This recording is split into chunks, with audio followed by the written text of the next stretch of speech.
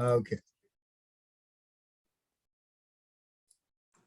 Hi, Perry. Could you let in Crystal? I think she's waiting. Okay. All right. Let me see what I could do.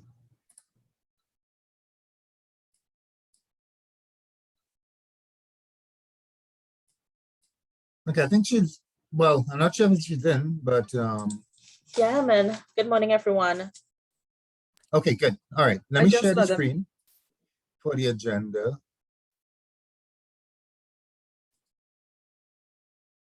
Okay. All right. Is everybody seeing the agenda? Why can't I scroll down? Ah, there we are.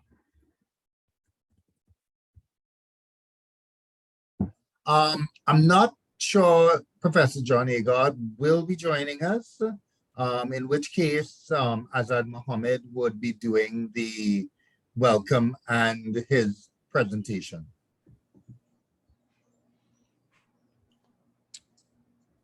All right, Perry. I'm not sure John is joining us as well. I didn't get an indication on that. So on behalf of the UWI and its partners in this project, SIDEMA and Anton de Kom University of Suriname, I'd like to welcome you all to this project development and evaluation workshop. The purpose of the workshop I'll explain to you in a little while when I actually do the formal presentation.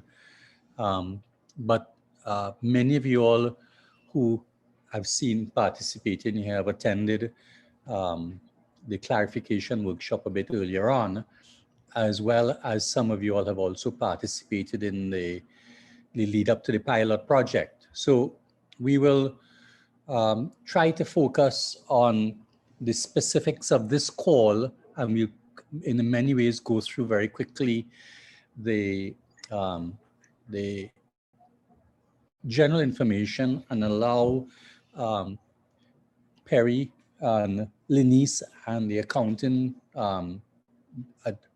section at UE to provide details, but hopefully to have more response to questions, because we've introduced a lot of this material to you all before.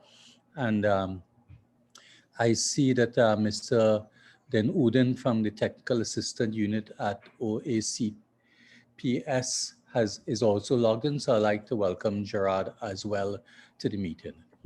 So I'd now like to go on to my brief presentation. Perry, I told you I've had problems in screening it, so can you do it for me, please? Sure. Right. Okay. Let me just scroll this down.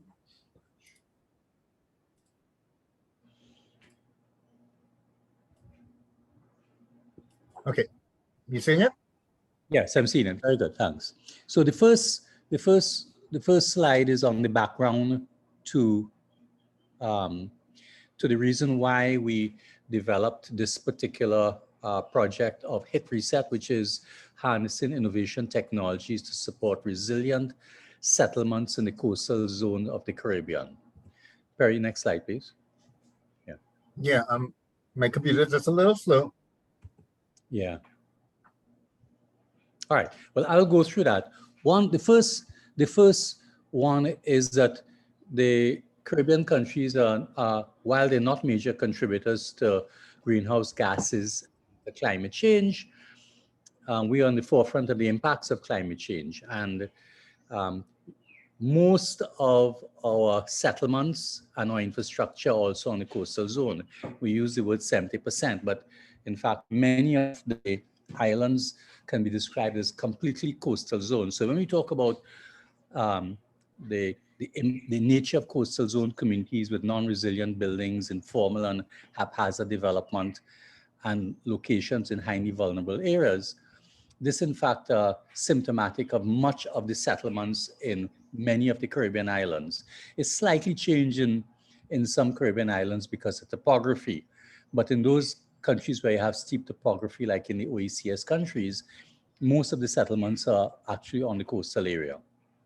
And historically, planning and management of these settlements have been impacted by certain factors, stakeholder engagement, ineffective resource allocation, and also by the use of new and innovative technologies which can support these particular types of planning and management of these settlements. Next slide, please, Perry. All right. So as I said, our project is to focus on enhancing innovative technologies to support resilient settlements in the coastal zones of the Caribbean. And we are supported by the ACP Innovation Fund. And that fund tries to support innovation, the innovation ecosystems, and it was looks at the issue of policy development, knowledge transfer, capacity of research, and improving capacity of research and innovation among the stakeholders. And we chose one of the three possible components of that, and that has to do with the use of digital and modern technologies. As we know, many of these things exist around the world, but there are various reasons why they may or may not have been used in the region. Some of it which may be technical, and some of it which may be statutory, some of it may be institutional, some of it may be resources. So in many ways, this project is really about harnessing, that's the word why we use harnessing, not necessarily the development of it, to take known and existing technologies, modern and digital technologies for data capture and management and analysis, and try to adapt it in the Caribbean context. Next slide, please, Perry. All right. So what are our expected outputs? One is the harnessing of these particular types of tools to the relevant issues in the Caribbean.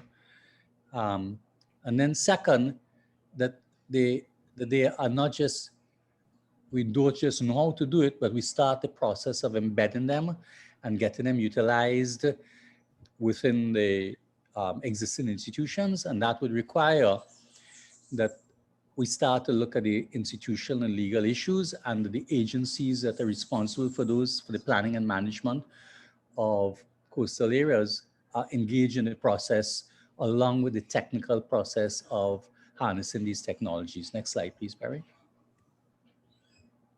All right. So the open call for proposals, the deadline is the 21st of May. And the range of the projects that we should, the minimum is 200,000 and the maximum is 400,000. The lead applicant and the area of application of the innovative technologies must be in a CARIFORUM country with the exception of Montserrat. And the project, because of the overall life of the project, the actual projects cannot exceed 24 months. And while there are no formal co-financing requirements, we are requested to submit and show ways in which you can provide in-kind contributions to the project.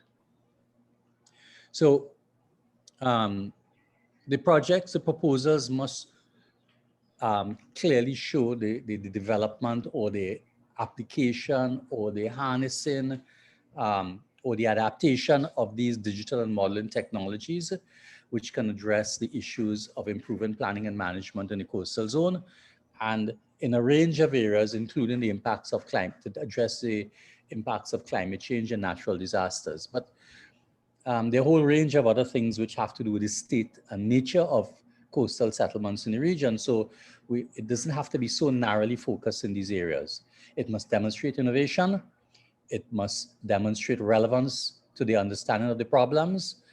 We want doable and manageable methodologies that can be transferred formally and embedded, as we said, in the institutions, preferably that they can be scaled up and they have regional replicability and sustainability. Now, the regional replicability is good.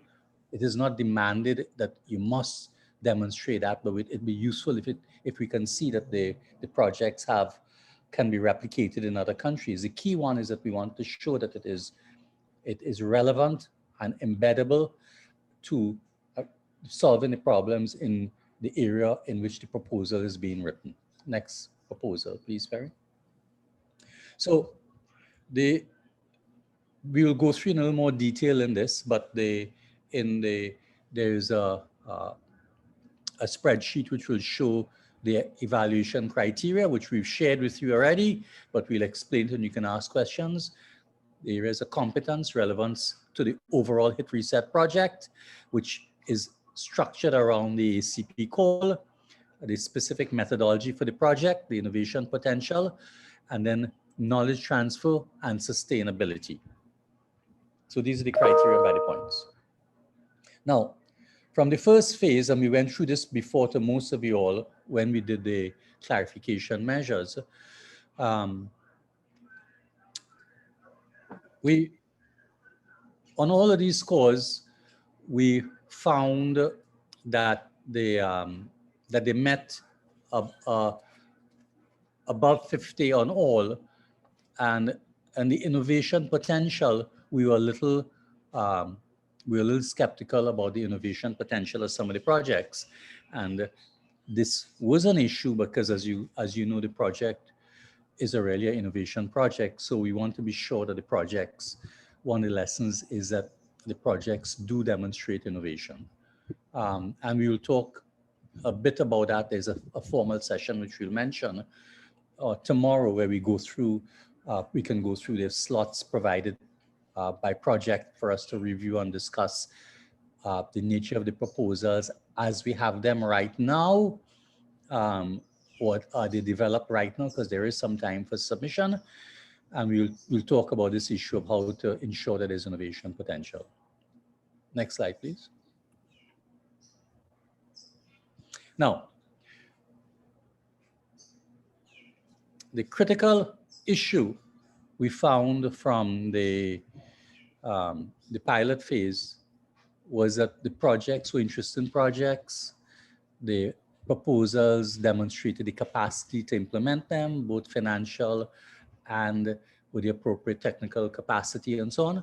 But Annex M, which is the eligibility criteria, was the key problem, and that was that there are 2 R&I projects that are 75,000 euros and over that the proposers had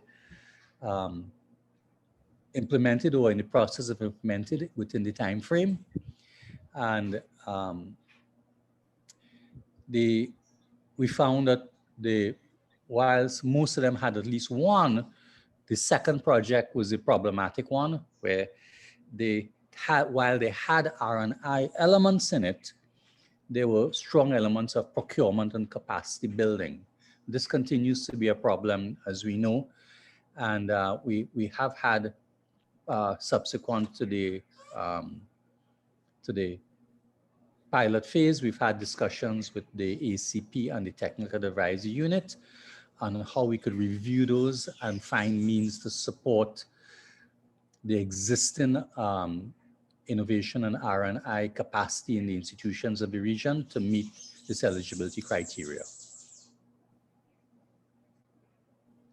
All right, so as I said, I've just had some discussion on the purpose and objectives of this Hit Reset project and some insights on the call. We will now go through some of the steps with respect to how you demonstrate eligibility. We'll have some discussions on the financial reporting and requirements and some of the monitoring evaluation. And we will answer questions in this one, and then we have a detailed set of questions available tomorrow. What it may be that rather than leave all the questions completely to the end, Perry, what we may do is at the end of each particular session, or during the presentation, people can put their hands up and they can raise their questions. We'll take them in that way, so we don't leave it completely towards the end, and we'll try and keep within the framework. So if there are any pressing questions, if there are no pressing questions to me, if there are, you can put your hand up and I will decide whether they need to be answered, when I answer them now, or whether they'll be answered after the presentation. Okay, so no questions. So what I'll do is I'll hand over to Perry. Yes, let me just put on the slideshow and begin. Okay, thank you all for coming today. My presentation is the key elements for eligibility and proposal submission. So it's a shorter presentation, but we're just focused on some key points. It takes a little while for the slide to change. Hopefully it will change soon.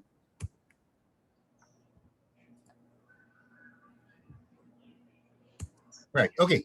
So the outline of what I'm going to look at, I'm going to briefly talk about the eligibility criteria, the budget, the log frame, the stakeholder report, declaration of honor, and the evaluation process and timelines, very briefly. In terms of the eligibility criteria, you all would have seen this in your document. To be an entity eligible, you have to be from one of the CARIFORUM countries except Montserrat, and you need to demonstrate 2 innovation projects of value, 75,000 euro each, between the years 2018 to 2022. And also you need to show that you're directly responsible for the preparation and management of the activities being funded. Now, who can be a lead applicant?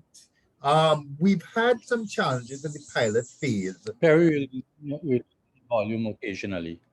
Okay, yeah, it's my internet is unstable, so that happens. Okay, so the lead applicant should be an organization that conducts some level of research. Now, many organizations do that. That includes private companies, universities, research institutes, NGOs, government agencies, and government ministries.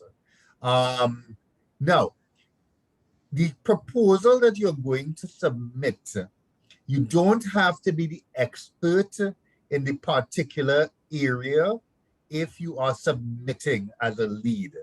You can have if you are, that's wonderful. If not, you can have co-applicants who are more experienced in the technical area. And that just has to be made clear in your project. So co-applicants are not the lead. So the lead has to submit all the documentation of verifying where they are located, when they were registered, and demonstrate the R&I projects. The co-applicants don't have to do that. They just have to be mentioned in the application. Now, co-applicants must also be from CARIFORUM countries. Now, third parties, these are contracted persons or organizations. They could be from CARIFORUM countries, or they may not be. So it could be an EU organization, it could be anybody. But if you are going to contract a third party for services, you need to, it has to be a clear contract with a terms of reference, with deliverables, with a specific remuneration, very, very clear. Now, if it is a third party that you're contracting outside of CARIFORUM countries, let's say from the EU, you need to specify what technical skills or whatever service this non-CARIFORUM entity is providing cannot be done from an organization in the CARIFORUM region, okay? So it has to be something very special if you're contracting somebody outside of the CARIFORUM region. Now, there are a number of documents required, right? And I won't necessarily go through all of them. I'll go through them quickly. Your certificate of incorporation, that just shows when you were incorporated and where. A notice of the board of directors, that's really, we just want to have an idea of your governance structure of your organization. You need to provide certified audited financial statements for the past 2 years, because this is just to give proof to our bursary that you're a legitimate organization, which is on par. So that's just a financial requirement. you'd need a letter from your board of directors stating, or your whoever is the head of the organization, stating that you all will be responsible for managing this project. The Declaration of Omnia is, we provided a document to you, which you just have to basically sign. It is basically saying that, we'll get into more detail on that, but it is, in a sense, it says that you're doing your business above board. Certification letters, we need letters from the agency that gave you all the funds for the R&I grants, right? We call them donor letters. And in those donor letters, you need to specify the name of the project, the cost of the project, and the period in which the project was operational. And if it's still ongoing, just state it's ongoing. Now, you also need document to verify that you've managed the 2 R&I projects. So we would like contracts minimally, right? And if you can get a letter from your accounts department stating, yes, you've managed these projects, that's also very good. Now, we'll need a write-up on these projects, which I will address later.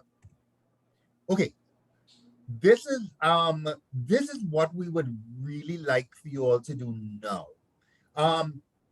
Given that confirmation of eligibility was a challenge in the pilot phase, we are recommending to you to send us certain documents early. This will give us an opportunity to share with the technical assistance unit and get their opinion on your eligibility.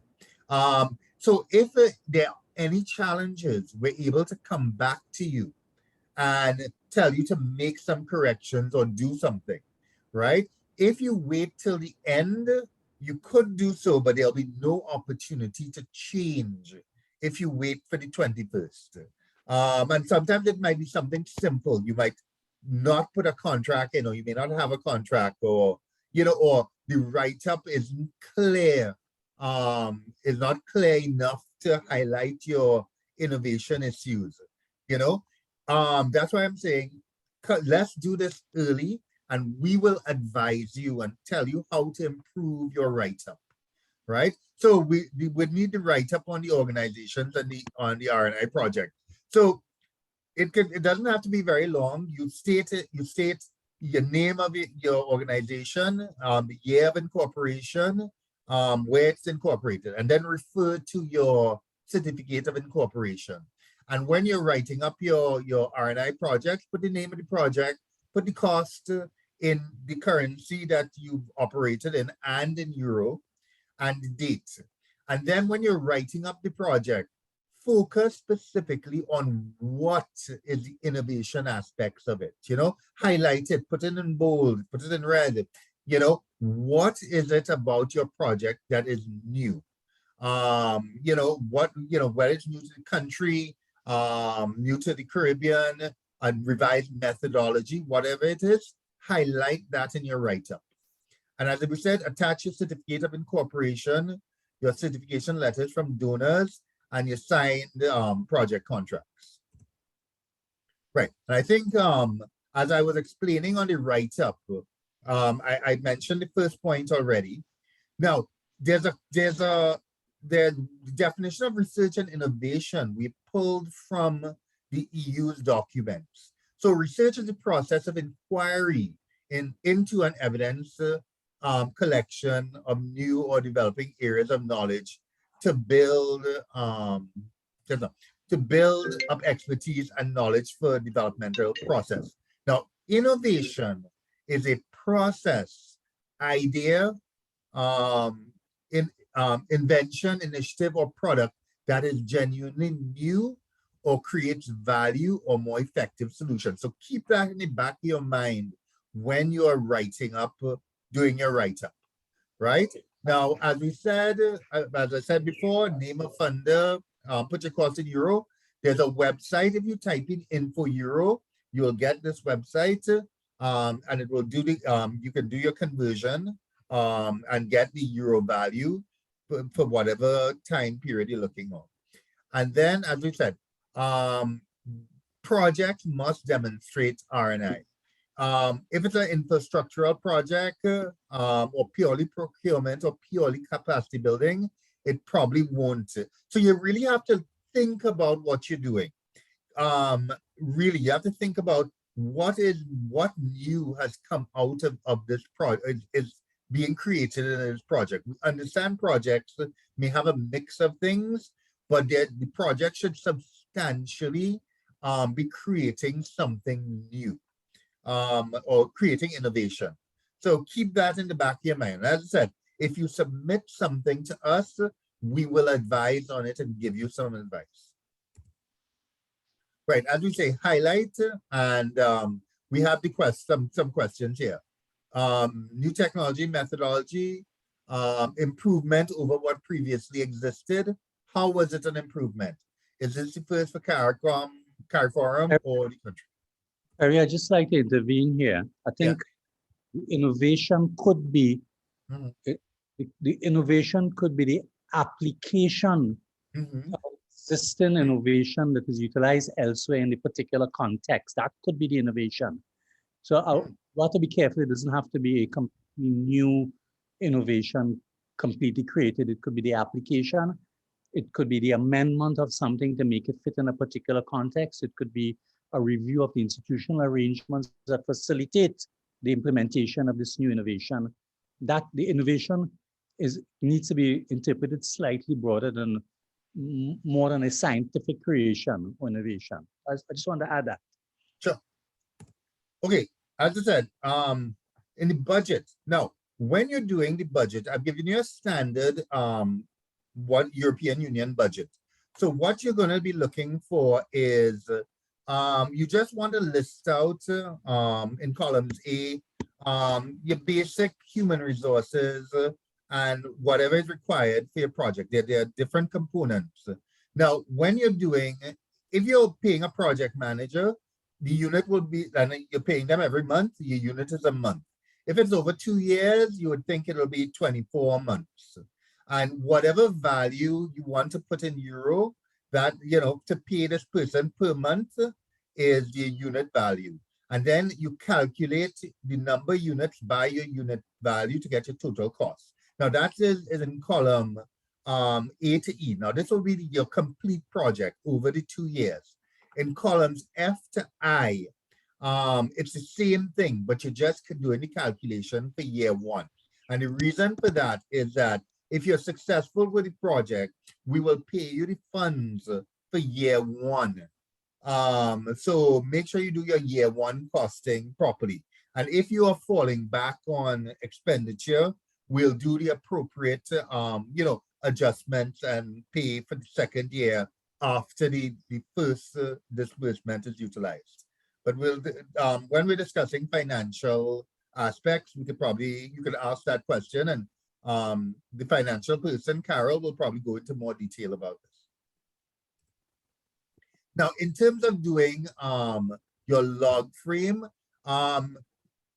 we would like you to utilize this format, whereby you have, you have your goals and your outcomes and your outputs, and you create an indicator, preferably a smart indicator. You put your targets. What is your target at the beginning of the project? What do you think it's going to be 2 years later, right? And how do you verify it? And you don't need assumptions for your goal, but when you get to your outcomes, you would want to put assumptions. So really, we want quantitative indicator, smart indicators as far as possible. And yes, so do that in a very standard format, outputs and outcomes. As we said, if for the people who have submitted, they will get feedback tomorrow on some of these items. So we already had that option open to people for feedback. Yeah, when you're doing the activity matrix as well, just it's a very convenient thing to do is just organize your work into terms of work programs. Just list out in detail the things that you're gonna do and number them. And it just makes it easier. it makes it easier for us to, when we're monitoring this project. And then just put summary of the budget and your key assumptions for your activity matrix. In terms of your stakeholder report, what we're trying to do is make sure that these projects aren't just off the top of your head. It should be based in reality. So we are encouraging you, before you submit the final document, send it to a stakeholder, to 3 stakeholders. They could be somebody from target group, or they could be final beneficiaries, just to get feedback, because you want to know that if your project aims to benefit targets or final beneficiaries, that they're in agreement with it. Now, you may get feedback that you don't agree with, which is fine. You don't even have to include it, but note it in your stakeholder report that these are the opinions of people. If it is useful feedback and you adjust your proposal, you can make mention of it in your stakeholder report. Your declaration of honor. The EU has certain rules whereby there are organizations they don't do business with, and that falls under the PRAG, P-R-A-G. So very specifically, point 2.610 provides details on all the things that your organization should not be engaged in. So there's certain things like bankruptcy, guilty of misconduct, money laundering, terrorism. Those are things that if your organization is involved with that, then the EU will not want to do business with you. So what this document is basically saying is that we're not involved in any of that. Okay, we will do a quick search on your organization to make sure that we don't see anything online that suggests that you all are involved with that, but this is just one of those requirements. Okay. Computer's a little stuck.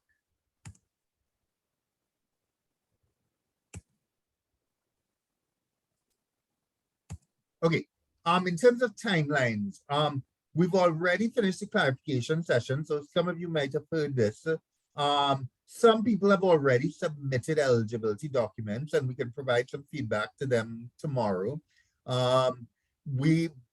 Yes, and I said, we've gotten draft proposal submissions already from some people. If you haven't, that's okay. You still can submit your final documents on the 21st. We're at the stage of the project development and monitoring evaluation workshop. And I didn't change this. Sorry, I forgot to change this timeline. It's the 21st, actually. Now, all these times here would get pushed down 2 weeks. Okay, so we're looking at the 21st of May for your final documentation. But if you have any questions, that's great. But still, if you can send me eligibility documents, the write-up and the donor letter, certificate of incorporation and contracts, I will try to provide feedback based on the advice of the technical assistant unit. And that's it. I think we can open for questions on Azad's in my presentation right now.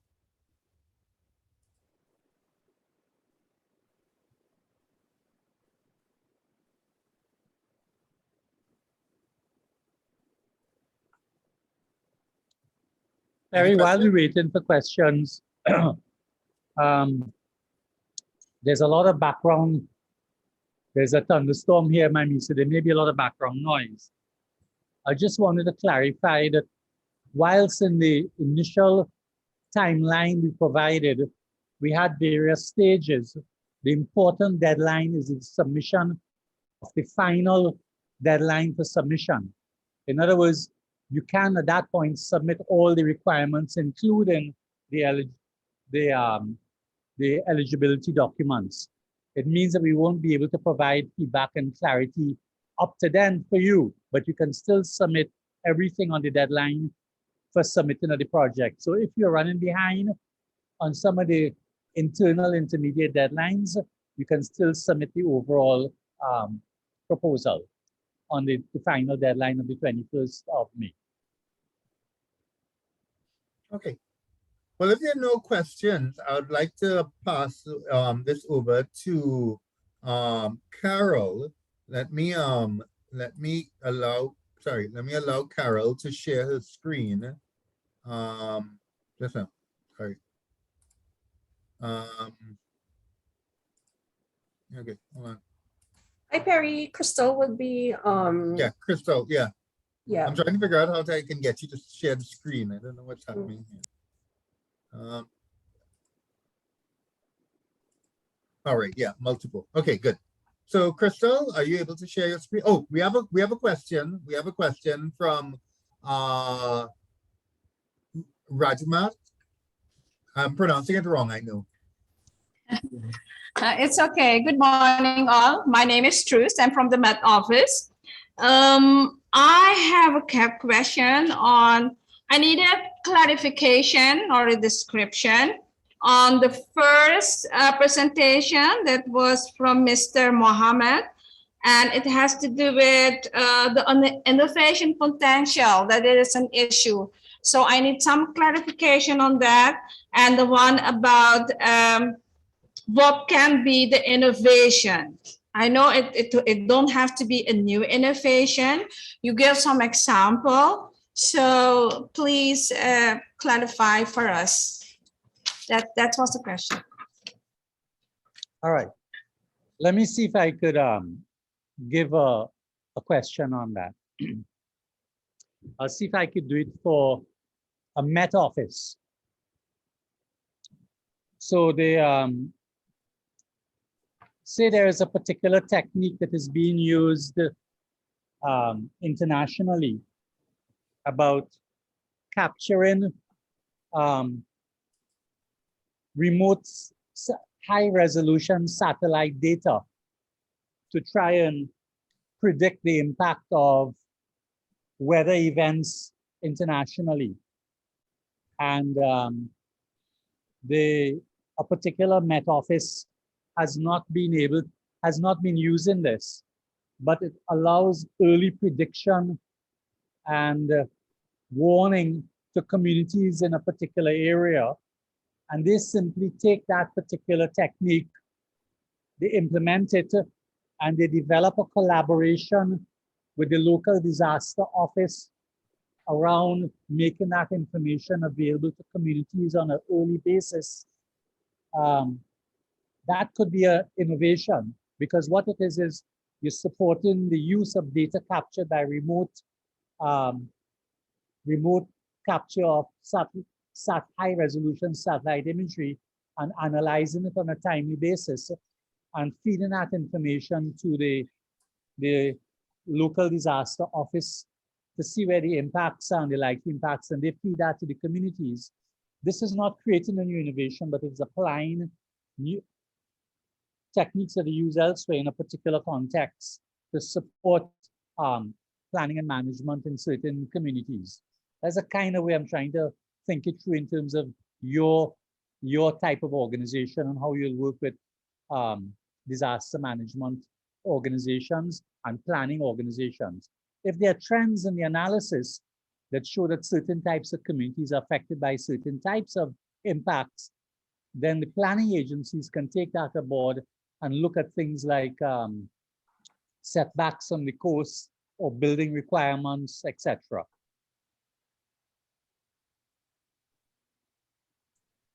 Thank you so much. That's clear.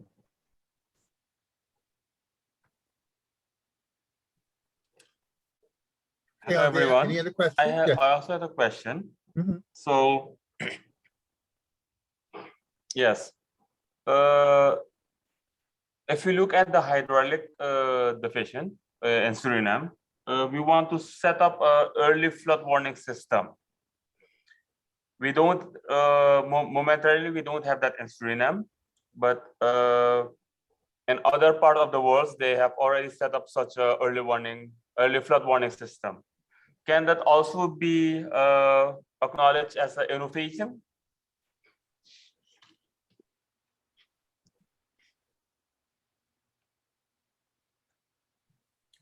I would say that I would say yes, an early flood warning system, making use of digital and modeling techniques that may be used else in other parts of the world, but have seen and overcoming historical problems of why it may not have been used in Suriname.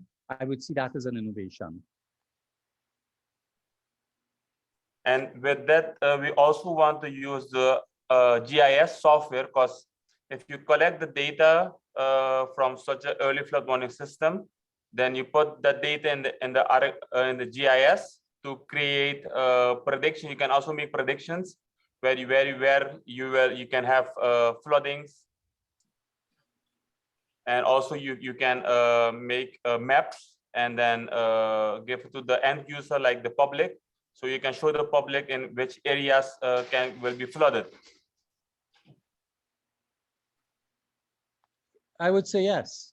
Yes, using the data capture and then an analysis using the GIS modeling and then making the data available to the public, I would see that, yes. If it is using and adapting some international technologies to the context of Suriname, which will facilitate better planning and management of coastal areas, it will meet the criteria.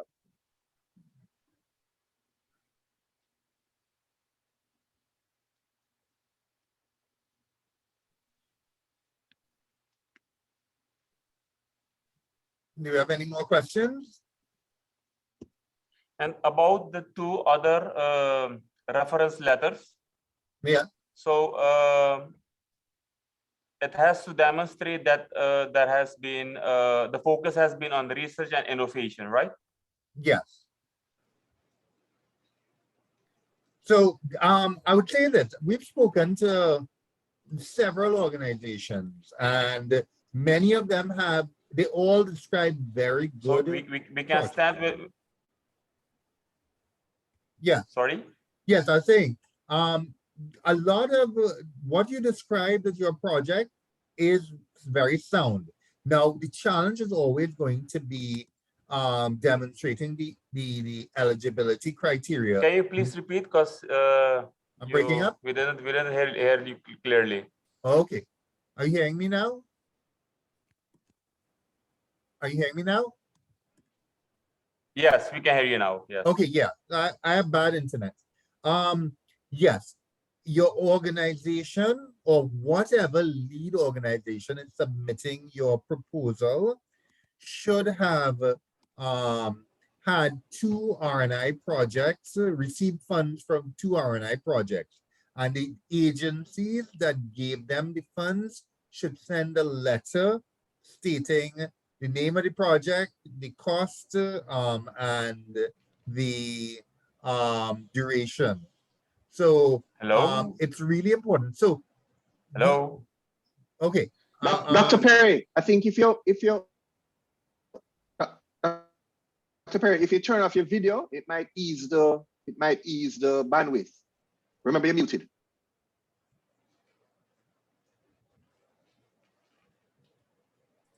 Okay. All right. I've turned off the video. Remember, you're muted now. Unmute. Yeah, I'm muted. Yeah. Okay. So I've turned off the video. Sorry. We're saying your organization could be the lead, or another organization could be the lead once they meet the eligibility criteria. That organization must have received 2 R&I grants, and the donor letters should specify your project title, the cost, and duration. Hello. Okay. Are you hearing? Yes, we can hear you now, sir. Okay.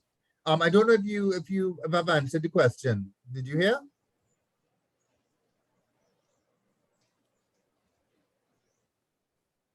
Hello? Azad, would you be able to answer the question? Do only I have the problem? Because I don't hear you clearly, sir. Okay. What about other people? I'm sure everybody is having the problem. My bandwidth is low. I'll I ask think it's the Azad to answer the connection. question. Dr. Perry, what you could do is maybe Azad, could you assist? you could type it in the chat, if anything. Yeah, Yes. I'll do that.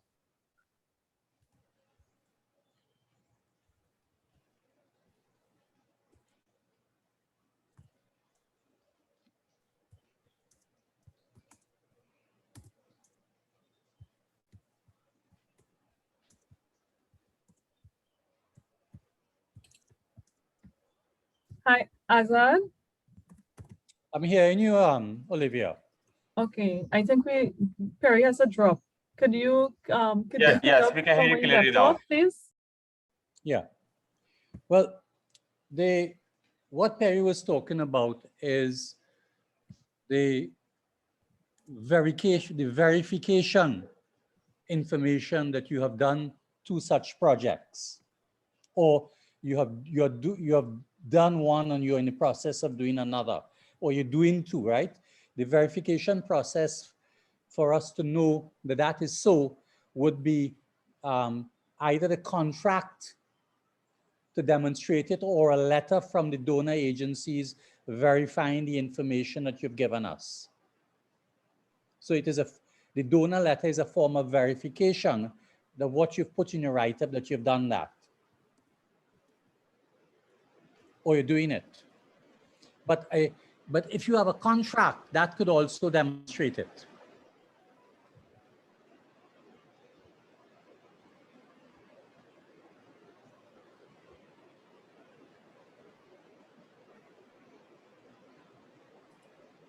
Azad, we have another question in chat. Can third parties be governmental and NGOs? I'm looking at it. I'm not sure what the meaning of third parties are in this particular case, but if it means that if Contracted persons, I understand. contracted persons, yes. NGO, individual consultant, a government, yes. These can be third parties. And one of the restrictions about the applicants being in the CARIFORUM country, if necessary, one can get technical third parties from outside the CARIFORUM countries, if that is necessary, especially if they are supporting the bringing the technology to the region or the CARIFORUM country or agency.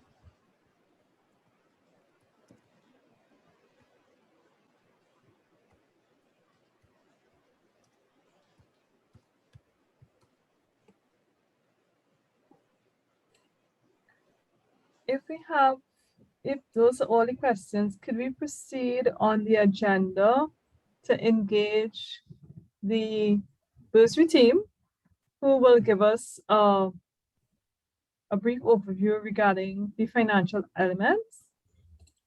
Sure. Azad? Yeah, I think we can ask Crystal to come in. Yes. Yeah. Hi, good morning, everyone. My name is Carol Mohammed. You're actually going to see Crystal's name showing up because I think I used her link to get into the workshop. First of all, I'd just like to thank the Hit Reset team, Perry and the Hit Reset team, for inviting the bursary team to present a short 15-minute presentation on what the financial requirements are for the grantees. Just to give you an overview, the bursary team consists of Mrs. Mary Balbir Singh. She's the finance manager for the special project section. And myself, Carol Mohammed, as well as Mrs. Crystal Warner.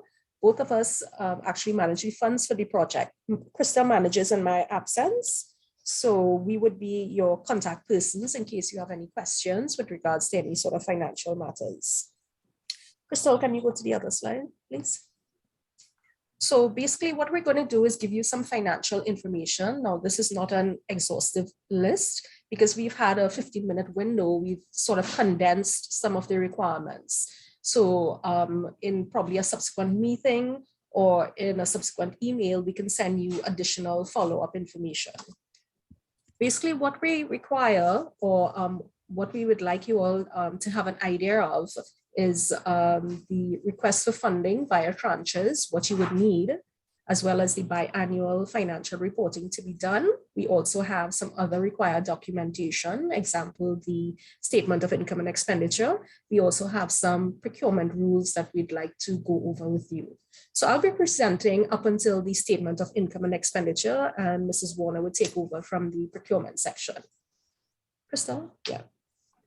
Okay, so initially, when you've been granted your project, we would ask you all to send us information with regards to your wire transfer information to transfer funds to you. It should be in tranches. I'm not too sure how it's going to operate if you're going to get a yearly tranche, if the maximum period for your project is 24 months. The tranches will be supplied to each grantee upon request. All the funds will be issued in the country's currency and processed via wire transfer. If for some reason our banks here cannot transfer in your currency, we would alternatively transfer in USD or Euro. We would forward a template to all the grantees that basically states the wire transfer information we would need from your end in order to process the wire transfer.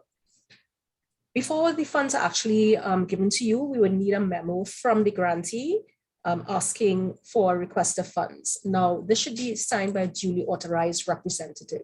Your duly authorized representative would be either your project lead or your finance person attached to the project. Your finance person should be your accountant, your finance manager, or any other finance person who has that finance background and experience.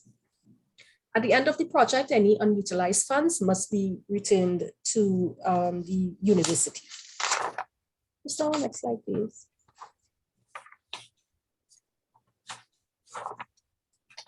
Now, as you're aware, we have gotten this funding from the European Union, and we are required to submit yearly financial reports. The yearly financial reports more or less give a list of all the expenses. In it would be the expenses related to each grantee.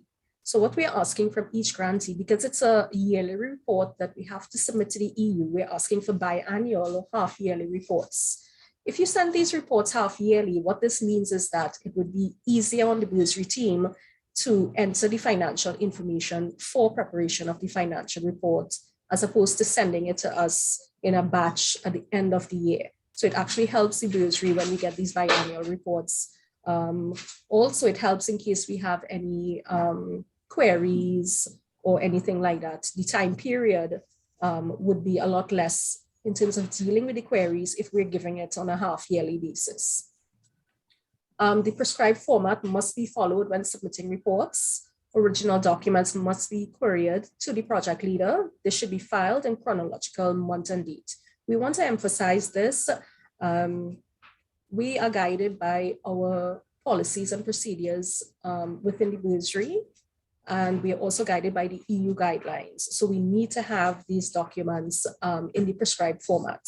Soft copies as well should also be forwarded to us in the prescribed format. Next slide. What we presented here is a financial checklist to the grantees. Now this checklist should be attached to your documentation when you're sending biannual reports to us. You can easily check off each item listed just to ensure that all the documents are prepared and are sent up with the checklist. For the report checklist, what we would require is a memo from the co-applicant or project lead authorizing the expense report and the supporting documents. So essentially what you would have is all your soft copy documents, all your hard copy documents. You would have a memo from your project lead stating this is the list of our expense report, have it signed by a duly authorized representative. Your biannual statement of income and expenditure in the required format. Now this is in the other slide, so I would explain to you what the items are for the statement of income and expenditure. Again, soft copies of all documents stored must be in chronological order by month and date. We want to emphasize also for the grantees, we're asking if you have any sort of accounting system, computerized accounting system that you also send us an extract of your ledger. Your ledger should give us an idea of the income that you have received and the expenses that have been made from the amount that you have received. And this would be in line with your statement of like income and expenditure. I know it's not listed here, but we're also asking for copies of bank statements. So what you can do is essentially highlight the amounts. For instance, for the receipt of funds, you highlight the date and the amount on the relevant bank statement. And this would also work for your expenses. This is just to verify that what is in your ledger report is in fact reflected in your bank statements. I'm not too sure if any of the grantees are opening up specific bank accounts. It's not a requirement depending on your account system, but if you would like to set up a separate bank account to account for the funds, that's totally up to you. But generally, we would like to see some sort of ledger report. If you don't have a ledger report or something from your computerized accounting system, you might have some sort of system where you have Excel worksheets that you work on. This should be able to pull the data for us as well in terms of the income you've received and the expenses that you have made. I'm going to speak about the documents now that we require when you submit your statements of income and expenditure to us. We need certified copies of invoices and or receipts. Now, what you can do is you can always have a stamp prepared. The stamp basically states this is a certified copy of the original, and have your duly authorized representative sign on each copy of the document. Your duly authorized representative would be your accounting personnel and or your project lead. You have certified copies of memos requesting payments. We want to emphasize that the documentation that you send up to us must have sufficient audit trail. By that, we mean if you have a payment to a vendor, for instance, for the purchase of a computer, and you're sending us the documentation, do not just send an invoice that shows the purchase of the computer. You must have some other supporting document that would show your signatories or persons approving the payment. So you might have, for instance, a payment voucher or some other internal document that you would use that shows it has gone through all the approval process. So you might have a payment voucher that has someone signing for inputting the payment voucher and also someone for approving it. So that should be attached to your invoice. Again, just want to emphasize, we need sufficient audit trail for your documents and not just copies of invoices. Certified copies of all third-party contracts and timesheets of hired persons, certified copies of checks. If you receive return checks from your banks, you can always send us certified copies of the checks. This verifies payments as well. In case of any travel, proof of payment for airline tickets, copies of confirmed itineraries, ticket stubs, signature for receiving subsistence or per diems. We also need certified copies of all procurement documents for fixed asset purchases, example, comparable quotes. Mrs. Warner would go through it you and give you a little idea of what our procurement process is. So that should be able to guide you. Justification for single source provider, proof of purchase of asset. Next slide, Crystal. So this is what your statement of income and expenditure would look like. And this is what you would be sending to us biannually. It basically records all the income you have received as well as the expenses for the period. Your period would be a 6-month period. Also attached to this, you would have your ledger report and or if you have an Excel worksheet where you record your entries as well as all your supporting documents. Fairly easy to fill out. As you can see, there's a column for income, there's a column for expenditure.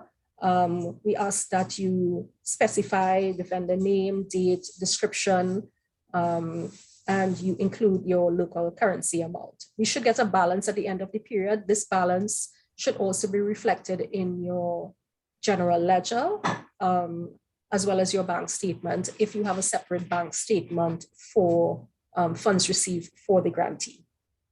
Are there any questions so far from anyone?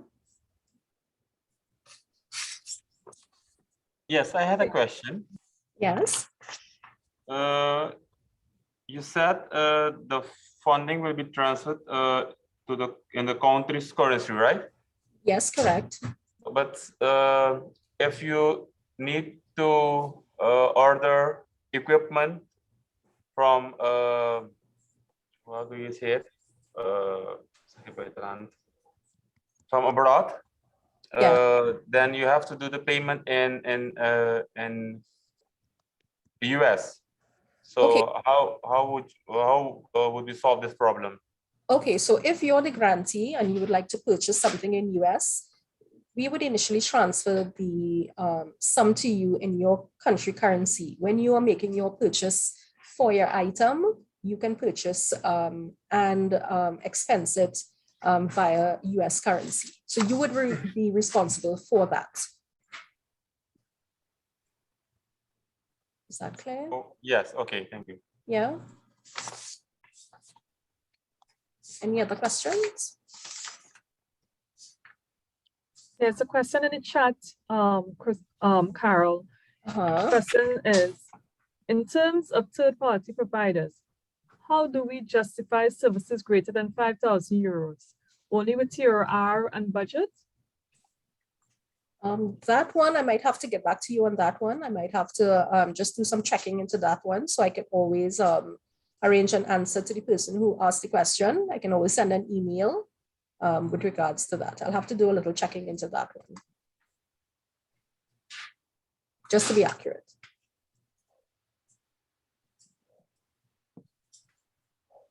Any other questions? So if there are no other questions, I'd ask my colleague, Mrs. Warner, to take over. She's going to deal with the procurement as well as contracts. Crystal? Hi, good morning, everyone. I'm Crystal Warner, and as Carol said, I'll be going through the procurement guidelines and HR contracts. So these procurement guidelines fall in line with the country Trinidad and Tobago's Procurement Act. So all fixed assets will be purchased by the university on behalf of the grantee. We thought it wise to just give a definition of what a fixed asset is. So according to our revised financial code, any capital expenditure shall have the same meaning as construed in commercial accounting. So this expenditure basically yields benefit over a period, and it's generally a tangible asset. So for instance, a computer would be considered a fixed asset. Any fixed asset that is 10,000 TT or over must be accompanied by a justification memo signed by an authorized representative, 3 comparable quotations or invoices. When we say comparable quotations, for example, if you're purchasing a computer, we don't expect different series. We expect the same series of the computer from different vendors. In the cases of a single source provider, that is where the product can only be sourced from one vendor. For instance, a computer software. If it's only one vendor producing or creating this software, then this must be included in the justification memo. The payment method must also be stated for most fixed assets once it's being purchased away internationally, then wire transfer details will have to be sent, and detailed wire transfer details. Original documentation is only accepted. For international companies, we do accept scanned copies.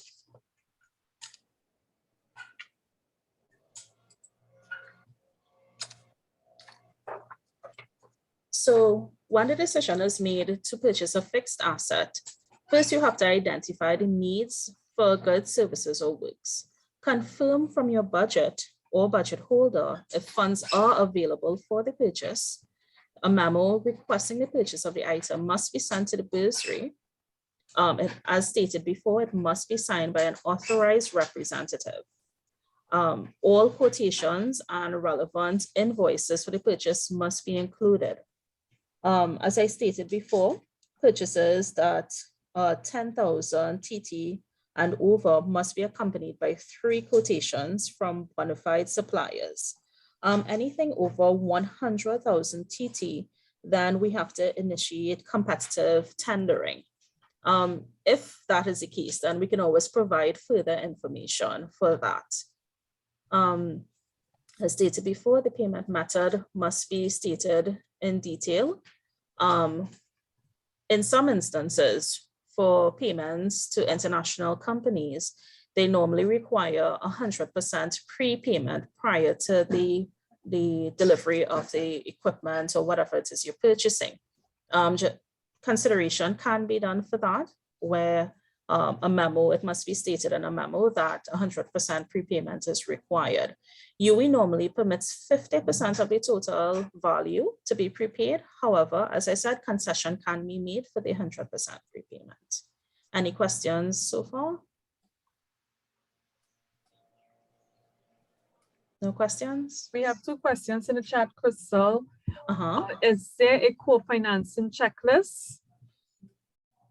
For procurement?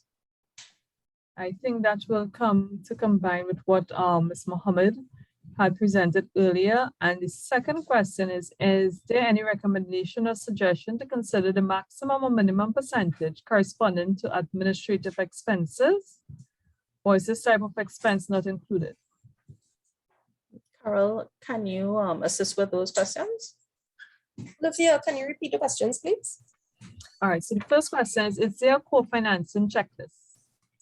We don't have one prepared, but if that's an issue, we can always have a template done to assist with persons if they need to have co-financing included in their reports. So, Carol, can I intervene here, please? sure. Right.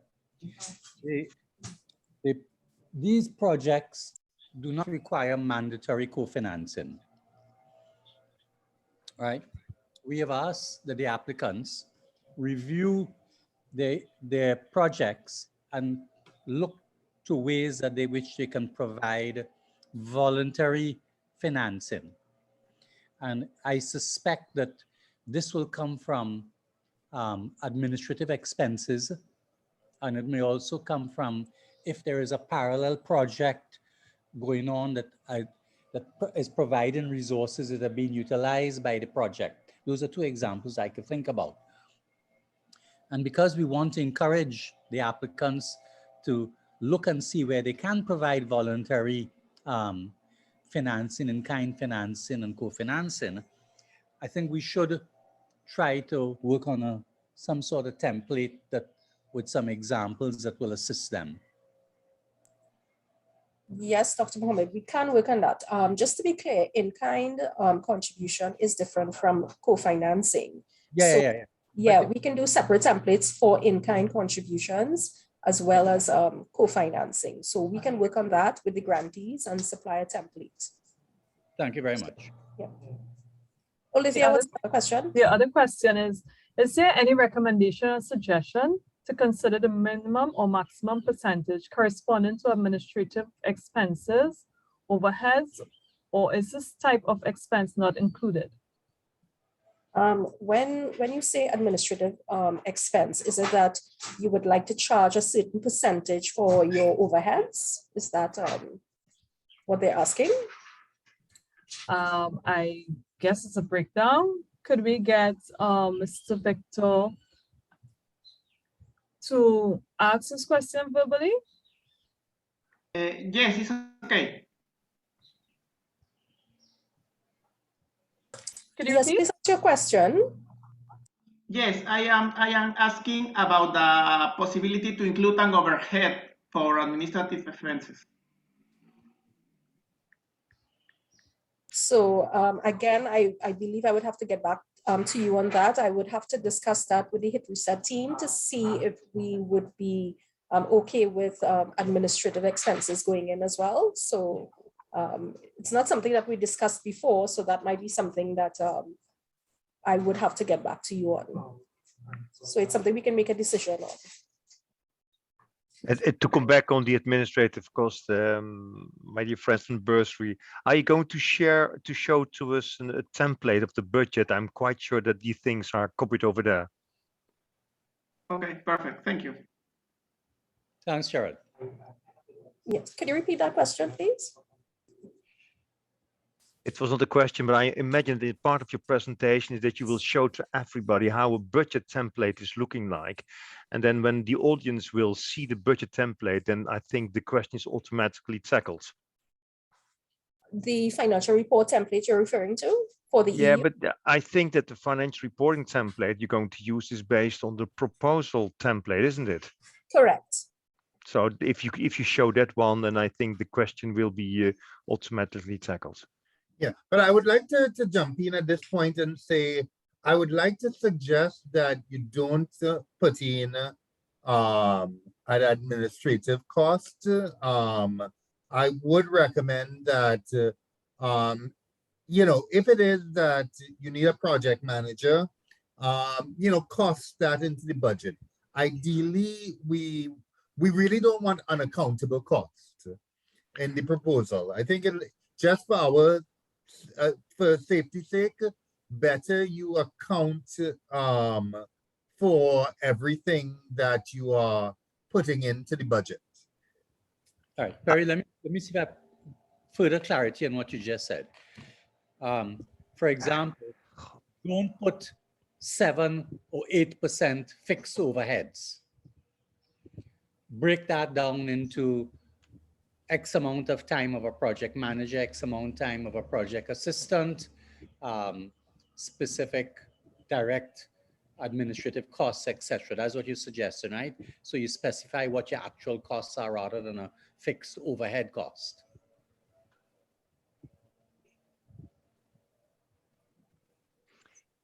If I may, I would like to come in. My name is Jared Den Ouden. I'm from the OSPS Research Innovation Program from Brussels. And the issue of the administrative cost at the level of the projects who you would like to submit before the 22nd of May this year at UE, it's quite clear from the donor point of view, and we are the donor from Brussels, administrative costs at the level of projects, I mean your third-party projects, are eligible. That is not a problem. And by the way, it's not a fixed amount, Assad, it is a percentual amount.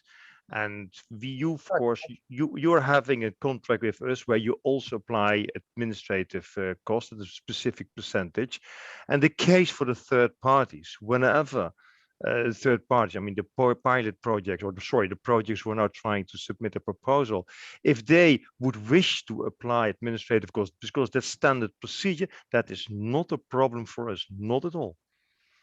Okay, so Gerard, is it possible to do a percentage? Yes. Okay, fine, but that is yes. the point. And even I can tell you also here, there is no specific maximum percentage for this. It isn't what the organizations normally apply. It can be whatever percentage is what they apply in their normal business. There is no specific requirement for that. Thanks for that clarity. Any other questions? Okay, so I'll move on to my last slide.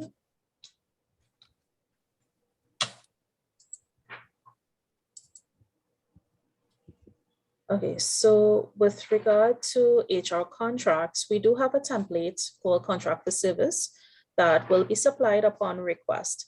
It's basically a consultant contract. So for example, if the project has a project manager, a contract similar to this would be done, and it is vetted through legal and everything. So we can always supply this to you, as I said, upon request. All right, so now we go to questions.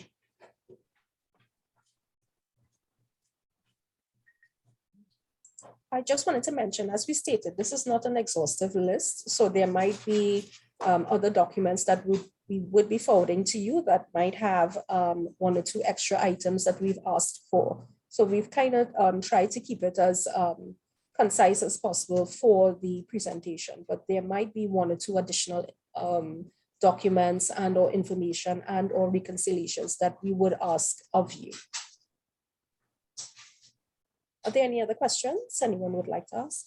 Yeah, there's one issue again about all these proposals which would like to be projects who would like to submit a proposal, as what Assad has said, and there was an issue before. It's about co-financing. the projects, of course, voluntarily, if they are able to find extra financing, which is not going to be paid by the HIT Reset Caribbean project, but from others.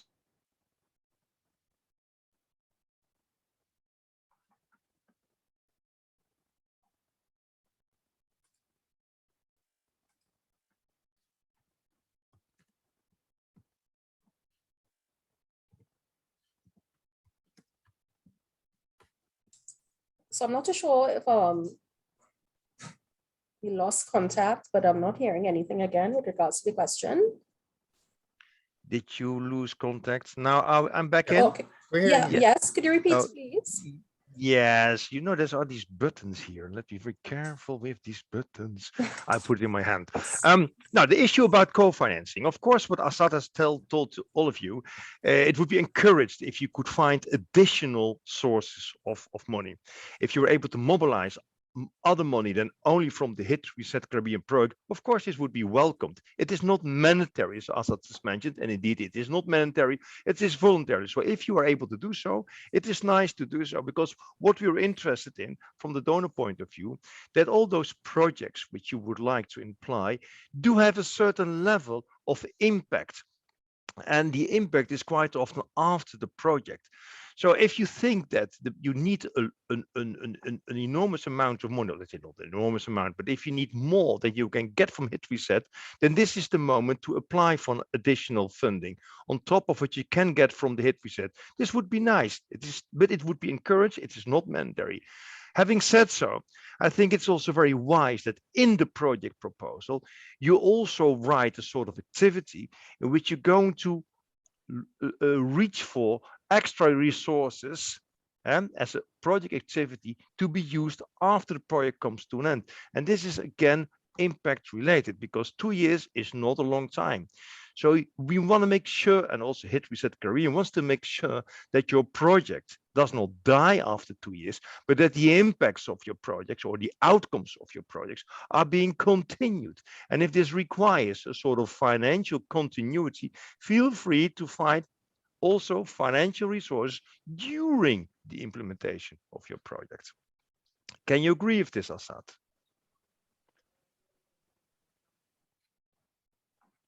Yeah, we have discussed that, and we needed to be clear that there are various ways in which we want to encourage the proposals to look at the issue of additional resources. And one of them, obviously, as you said, is continuity of the project, that the institution makes some sort of commitment that it doesn't drop there, that they assign additional resources for ongoing implementation of the project. That'd be very useful. But also if there are parallel activities and institutional reform and other equipment and technologies that need to be or is being done by the organization in parallel that supports this or makes it happen, that would be very useful as well, because it would demonstrate, as you said, institutional commitment to the project. So we, of course, are interested in the project in generating as much input outside of the EU funds in the project, because that is a sign of the success of the project as well. So we are encouraging, even though it is not required, we're encouraging the applicants to seek out ways in which they could provide what would normally be the requirements of co-financing.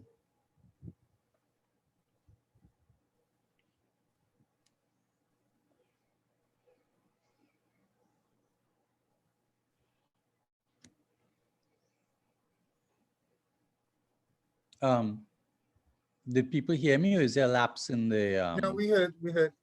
Okay. Harry, I think we're complete with our presentation, so maybe we can move on to the other. Okay, all right. So at this point, I think we can invite Lenice. Lenice, would you like to be able to put up your presentation now? Yes, thank you.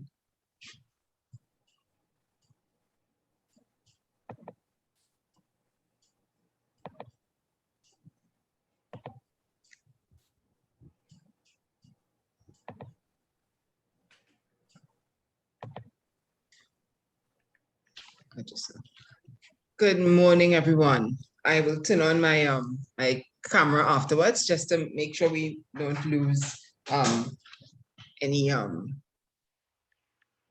any of my audio. Okay, so good morning. I am the monitoring and evaluation specialist on the Hit Reset team.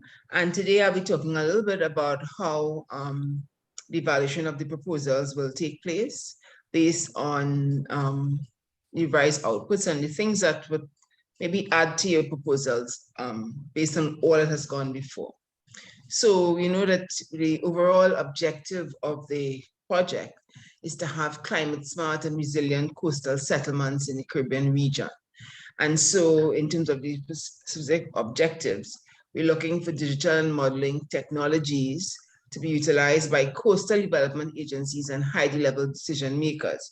So certainly that tells you that for the high-level decision makers, we're looking at people who are making decisions at the community level, but more at the government level and policy and planning level that would assist coastal development agencies to do their work to ensure that we end up with the climate smart and resilient coastal settlements in the Caribbean region, because that is the overall objective of this project. Next, we're looking at developing, like you said, urban planning policies. So certainly that is the focus. That is the aim, the urban planning, to improve urban planning. So in your proposals, I've highlighted, I think you should highlight these 4 things: the digital modeling technologies, the work that's going to be done to engage coastal development agencies and the high-level decision makers at the community level and as well in these agencies. And then, of course, what's happening with urban planning policies and plans. In terms of my perspective as an evaluator now, just want to talk about your stakeholders for a minute. So I want to start with the final beneficiaries. So all of these projects will hopefully contribute, like I said, to the overall objective of having climate smart and resilient coastal settlements in the Caribbean region. So your final beneficiaries are really the persons living in these coastal settlements, any small and medium enterprises in these settlements, urban poor women, youth, etc. So because that's where you want, that's the focus of the behavior change. The people who will help those final beneficiaries to do their work would be the persons who facilitate the processes, and these will be the persons in agencies, government agencies who are developing policies, people who technical experts who will come in to provide training, etc., and all about the policy development. But for this particular project, the target group is different. So that is, you are going to, it's an indirect way of getting to the primary stakeholders where you want to change. But you want to really inform the experts about what has to be done, what can be done, what is possible through these projects because of the innovations that you will present in the proposals and in the projects that you will develop. And so this is what I will say now about your stakeholders. And of course, in terms of key stakeholders who are doing the funding and providing resources, you know them, the EU, the OACPS, the UE, CDMA, and Tondecom University. They're all co-partners, but they are providing the resources that we need for this project to get it done. So I just wanted to categorize the stakeholders, right? In terms of looking at the project, so there are some direct outputs. I have identified the output indicators from the project, but we really want the projects that, like I said, contribute to the overall operation and planning and management and decision-making in vulnerable coastal communities in CARIFORM countries. And so we want to make sure that as you develop your proposals, you are providing information about digital and regionally replicable tools. You're doing your homework to make sure things can be replicated either nationally, within communities or across countries, that you will do your homework to see what is really applicable. You will provide all the information about the natural hazards that you are proposing that your technology will help to address or alert the Caribbean community to. You will be looking at local applicability of your solutions, and you will really try to be looking at maybe what is already in the community that you, in the communities that you can leverage to make your tools really relevant to the needs of the persons that they are intended to help.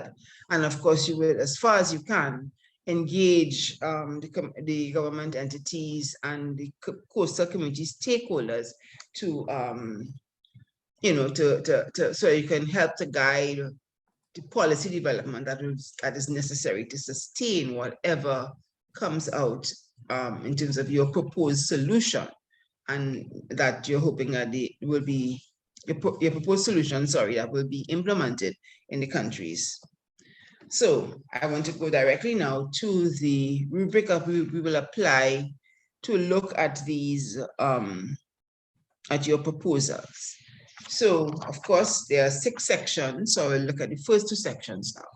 So the first section has to do with competence, and second section has to do with relevance of the project.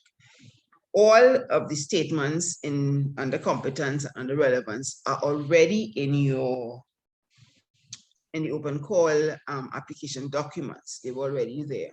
But what is different here and what I'm presenting today is how the marks will be allocated according to the categories of emerging, developing, proficient, and exemplary. The assessment team really requires detail. So as you provide information that will demonstrate competence and demonstrate the relevance of the project, you really must ensure that you are, if you're presenting concepts, that you really are presenting them in a coherent manner so that the assessors can trace your methodology from beginning to end. You want to make sure you understand that there's no error, that you really, in terms of the relevance of the project in particular, that you really do that needs assessment for whatever community that you are proposing your tools for, that you provide the necessary detail, because the difference between getting a mark in the emergent category and the exemplary category really has to do with the level of detail presented. Okay, and right, so I'll move on to the next 2 categories. One has to do with methodology, and the fourth category, the innovation potential. So a lot has been said this morning about category 4, the innovation potential, but let's talk about that a little bit. So if you notice, A says novel aspects are explained. So whatever innovation you are presented, they're hoping that it will be new for the context. It may be the use of ideas across disciplines that you're bringing together in development of your tool or proposed solution. It could be use of new technology, it could be new to the equipment or other. So under other, I want you to consider, as I had said before, you may be looking at the implementation barriers that you are now addressing and having to overcome to implement your proposed solution. So that may be a policy barrier. It may be an access to a community barrier. You know, there are other things. I'm not going to limit you with my explanation, but once you provide details about that other and why the innovation is there, then you really will help the assessors really determine whether what you have provided is in the exemplary or proficient category. In other words, you're ready to go, rather than emerging or developing, where you have ideas, but it may not have been presented in a coherent enough fashion for us to understand how you will utilize what you are the resources that you can get under this project. And then in the second section of the proposal, identified similar innovations. Again, homework is important as you present your solutions, that you can then juxtapose what you have presented against what is already out there as a solution. And you can say that this may be more applicable to the particular situation that we are hoping to address, or the particular context that we're hoping to address, right? Really look at the problems. What are the problems? And really provide the details about what your solution is going to provide to help address the issues with coastal populations, and of course, get to that overall objective of having resilient coastal communities in our region. Then we go back, I want to go back to the section 3, which has to do with the methodology of the proposal. That first statement, the methodology must be clear and robust. We must understand step by step what you are going to do to get to achieve your final solution or your intervention. We must be clear. The objectives must be SMART, and of course, SMART means specific, measurable, attainable, relevant, and time. We must be able to understand the timeline. We must be able to say, well, okay, this is possible in this particular timeline. Okay. The activities are justified and aligned with your objectives and outputs. You must make that alignment clear for us. We mustn't have to guess at what you're doing, right? Provide as much detail as possible. So like I said, the timeline of the activities must be achievable based on the details that you give about your implementation context. The costing of activities has to be realistic. So you see then that your log frame and your budget, those two documents must be clear and unambiguous to help us make sense and look across sources of information to really get a sense of what you are going to be doing. Okay, your information sources, again, it's evaluation, so you must be able to identify and describe and justify why certain sources will be selected and why they would contribute to providing your solution. Your data collection methods, again, clear descriptions and the purpose of all the data collection methods and tools. Your data analysis, how you're going to make sense of your findings, and then how those findings will inform your final solution. That must be very clear for us. And in terms of validity now, again, it extends relevance and suitability discussion that you will have, because the validity would help us to understand that you have done something that's appropriate for the context. You have done something by looking that can be comparable using accepted external standards, and whatever standards they may be for the discipline that you're going to use to provide your solution. Well, and of course, whether it fits into national and regional policies, etc. You have to provide that kind of information for us to really understand the methodology that you are going to propose for the solutions. And finally, just now, hold on, sorry about this, I don't know what happened. Something like that, right? And then let me move on now to the final two categories. We have a section on knowledge transfer. This knowledge transfer will help with ownership of the solutions, which is going to be a critical aspect for section 6 in terms of the sustainability.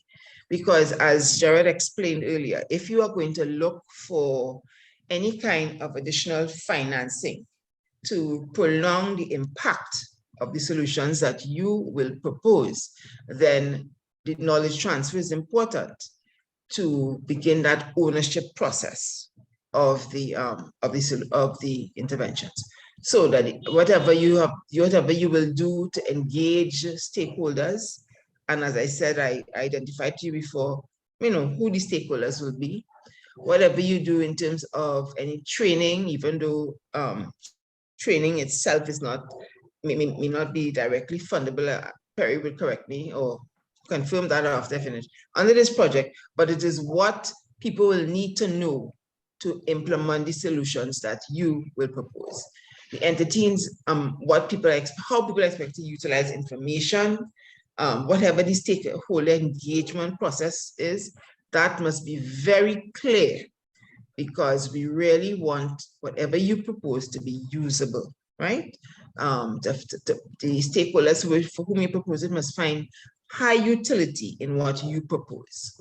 And of course, the technology that you propose, again, it is how it will be transferred to whichever body has to be will be implementing. And the last section on sustainability, because scaling up of this innovation and the replication of this information is critical for this project. It's how this project will look at its success. And so you must do your homework to provide information about organizations, any systems, any processes which could be leveraged to continue the project benefits. Of course, any post-funding involvement, you will look at, explain what you would propose to, to use, the kind of funding you would want to attract to like I say, to prolong the impacts of your work. And of course, any information about conditions. If you're replicating it to other countries, then certainly provide us information about anything you know about the situations in other countries. But if it is something that you're looking at within one country, replicating from community to community, provide information about that. What is happening in your community? All your communities the same. What will make your solution relevant and applicable and easily replicated, across the communities within the country. And of course, identify the things that would be barriers for you in terms of implementation and the sustainability of your efforts. Point out to us the things that are of concern, right? And so that is it for now. Reach out to the project management team for any assistance with any development with the proposal. Dr. Pola, you already have his address, his email address, and I thank you, and I open up myself to any questions you may have at this time. Okay, I'd like to mention in your proposal, you asked if training if it's eligible. It should be eligible. I see no reason why it shouldn't be eligible. Once it's linked to the project objectives. If Jared wants to comment on it, I'm happy to, if he has any disagreement. Yeah, it is quite clear that the training is an eligible activity. And on the other hand, it is also, I think, an obligatory activity, especially if you are dealing with such a wide array of stakeholder groups or of target groups, if you use this word. There is a certain knowledge available at the organizations you're going to apply, but those organizations must transfer their knowledge to the final beneficiaries. And for this, I think you certainly need some capacity building events. Otherwise, you will not have an impact. So it's quite clear that, yes, it is eligible cost.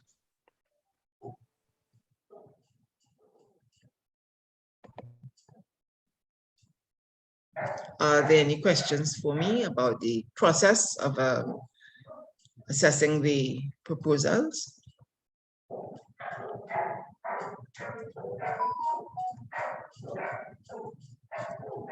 Okay, thank you very much, everyone. Yeah, well, I'd like to just add in that one of the requirements that we want you to build into your project is stakeholder engagement. So we would encourage you we'd want you to have at least one stakeholder workshop in your project. That's one of the sort of mandatory things that we would want you to have.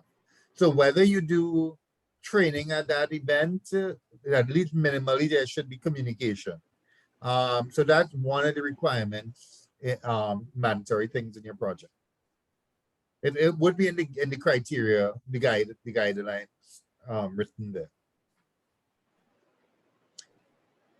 I'd just like to add in one more, I think, expansion of a comment that Lenice would have made, and that is, she talked about urban planning and plans. I'd like to broaden that to say urban planning and urban management, because there may be some management functions carried out by other types of technical agencies that are different from or go beyond planning as well. So we talk about urban planning and management rather than urban planning and plans.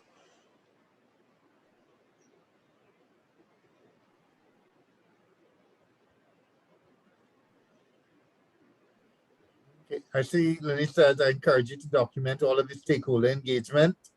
That would be very good. Do we have any questions? If we don't, I think we can ask Gerard to say a few words before we're completed.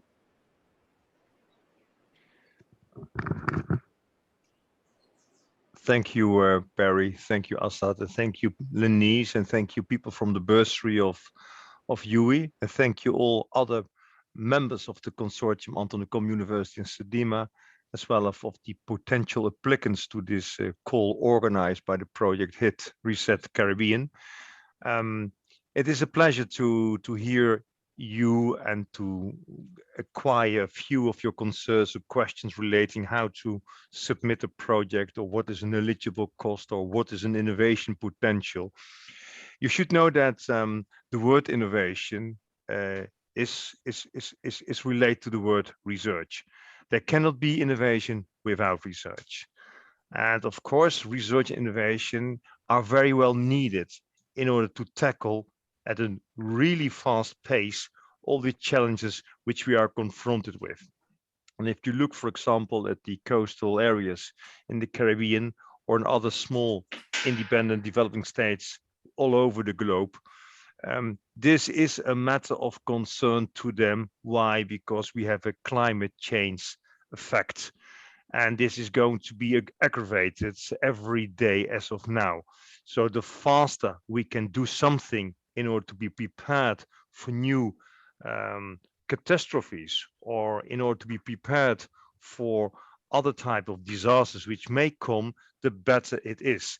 You have a 2-year deadline for your proposal. I mean, the implementation of your proposal. This is not a lot of time. Knowing that already we are developing all kinds of prediction tools since tens and tens and tens of years, but not always the effects of these tools are recognizable. So you are in a very specific context. It's about urban planning, it's about urban management of coastal areas, and this must be done ASAP, as soon as possible. So the faster you can work, the more innovative you then also will become, because innovation is not only in the idea you are applying, it can also be in the way you apply or implement your research work or your project work. So the word innovation can be quite broad. It can be in the sense of technical innovations, and it can be in the sense of social innovations. It can also be in the sense of methodology, innovative methodology of implementing a project, but always taking into consideration that the innovation must in this case be built on a lot of digital technologies, because that is the future, but people should know how to use it. And of course, we need all kinds of satellite-based information, GIS information, to collect data, but also to analyze them and bring them forwards or transfer them to those who are in need of this information. So it all must be in a fast procedure.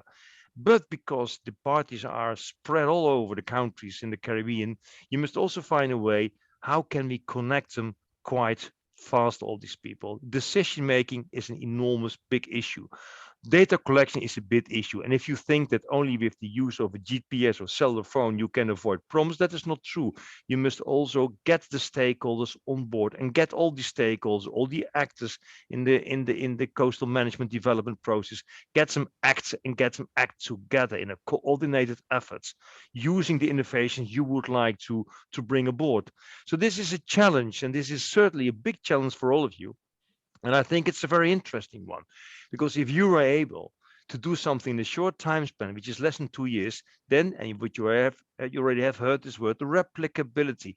The sooner your idea works out well, hopefully the sooner you can also replicate it in other areas within your island or within the region of the Caribbean, or why not outside the region of the Caribbean, because we are in dire need of fast solution where all the different actors from the government, from the private sector, from communities, from individual households, from the private sector, they are all involved, and they should all be informed as well.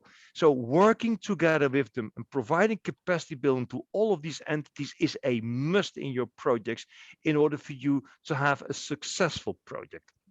From the side of the implementing organization, the donor from Brussels, which is the Organization for African, Caribbean, and Pacific States, we are very happy that we have been able to select the HIT Reset Caribbean project as one of our 12 projects which are active in the regions of Africa, the Caribbean, and the Pacific. And we're really looking forward to have a very good, successful project. And what can I say? The procedures have been explained to you about how to submit a proposal, and I'm quite sure you will have more projects to come, or sorry, more questions to come. Feel free to communicate the Perry Polo from the secretariat over there at UE. I understand there's a deadline of only 6 days or 5 days for you to send questions to them, because they have a time slot of the 1st of May. So use this time. I may also ask you, all the 31 participants who are now present, to share this information, to share ideas about your projects as widely as possible among your peers and other organizations, because we do wish to have a very good competitive call for proposals. We have a large number of proposals, and that's the only way, if there is a large number of proposals, to select the best ones. In other words, to select the good ones which are in line or aligned with the objectives of this HIT Reset project. We wish you all the best, all the luck, and we certainly are keen to see your projects evolving, and maybe and certainly have opportunities to meet. Because as what Perry has said, those projects which will be selected will certainly have some sort of annual meeting, hopefully physically, and I would love to visit you all and to speak in detail about your wonderful projects you have in your minds, taking into context that indeed the coastal areas of the Caribbean are in a very fragile state, and we, humankind, we should do the best to conserve this and to make it better than before. I wish you all good luck. Thank you, Gerard. I would just like to comment on something Gerard said. There's a deadline mentioned for comments to us, but that deadline is really if we needed time to speak to Gerard and get back to you. That's why there was a cutoff time. But you can still keep sending us questions. But closer to the end date, we may not be able, if it's a question that we cannot answer ourselves and we need to send it to Gerard, we can't guarantee, we might get back an answer to you immediately. But just to, so you could ignore that deadline for questions, but just understand that the closer we get to the deadline date, if it's a really tough question and we can't answer it directly, we may not be able to get back an answer to you, on the day of the deadline. Perry, can I just add something to this discussion? After we submitted our proposal, this is the HIT Reset project. The EU asked us to clarify matters between the submission of the project and the contracting of the project, right? So it doesn't mean that if everything is not perfect, once the critical elements are there in the project, that subsequent to the deadline for submission, we may not ask for clarity from you to clarify an issue in the log frame or to clarify an issue in your budget or something like that. So there may still be a possibility, if you've met the deadline of May the 21st, and we need certain clarifications, we can ask those between then and when we contract. So don't worry that if everything is not absolutely perfect on the submission date. We like it to be as close as possible to that, and we will evaluate the projects based on what is submitted. And then out of that, we will choose those that we think acceptable, and there may be contractual clarifications that are required subsequent to that. All right, so I'd like to wish everybody the best. And as Gerard said, you could spread it to your colleagues who are working elsewhere. You all may know somebody who is working on a project or potential partner who is not present here. We do encourage people to try and submit by the deadline as complete project with the core requirements. And we wish you all good luck on that. I just would like to, we don't have the overall project manager here, Professor Agard. So on behalf of UE, Sidema, and Anton Decom, I would like to thank everybody who participated in today's workshop. And we've done a very good job of meeting all the discussions and clarifications and answering your question within the allotted time frame. Thank you very much. There's a poll. Before you go, I think there's a poll I would like you all to answer. It's just 5 questions. So I'll be grateful if you all could just answer the poll. Okay, very good.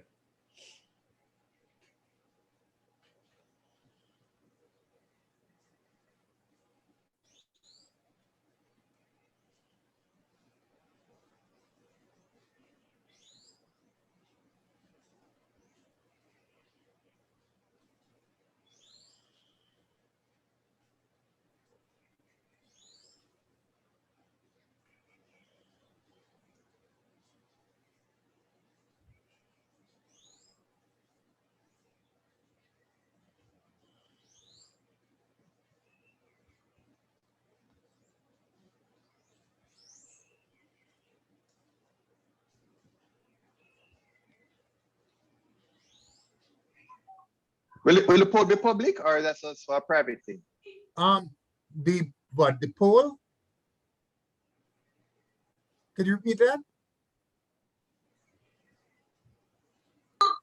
No, will the poll be shared publicly, or Yeah, that was I'm just gonna for share it private? I'm sharing knowledge? publicly. But okay, we could I'll just read it out. I'll just basically give you the figures. You know, so I don't have to share it if there's anything you think if there's anything confidential, but I don't think there is anything confidential. I think it's just some basic I'll call out the results if that'll make everybody come more comfortable. So far we have 73% of people responding. So I'll give it 1 more minute and see if anybody else wants to respond.